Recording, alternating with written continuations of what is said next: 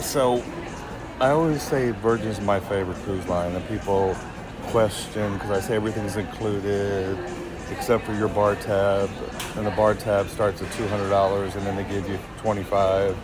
On top of that, if you buy a 300 bar tab, then you get a 50. If you buy a 500 bar tab, you get another $100, and you can share that one bar tab in the same room with two people. So that's a good thing.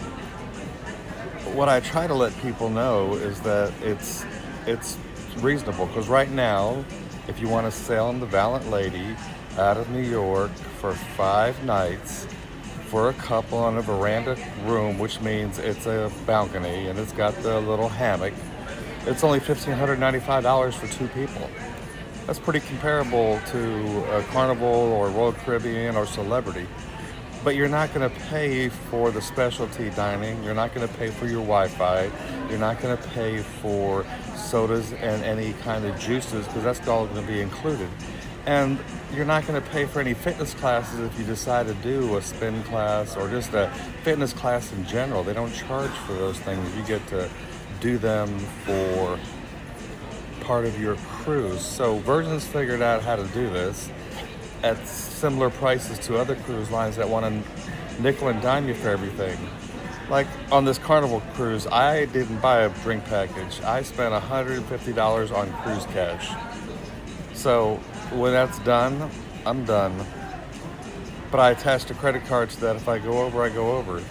But I also paid for a Wi-Fi package just because I wanted to have Wi-Fi for this time so I could sit here, look at stuff and maybe post things because I've been told I need to post more.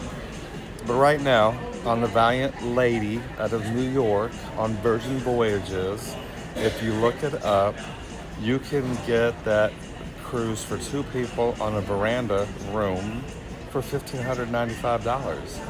And you're not paying for those other things. And there's 20 specialty restaurants on Virgin ships. And what's nice is 45 days out of sailing, you can go onto your Virgin Voyage app. You can make your reservations for all the restaurants you want to eat at. And again, the most popular restaurant is always the Seafood and Steakhouse.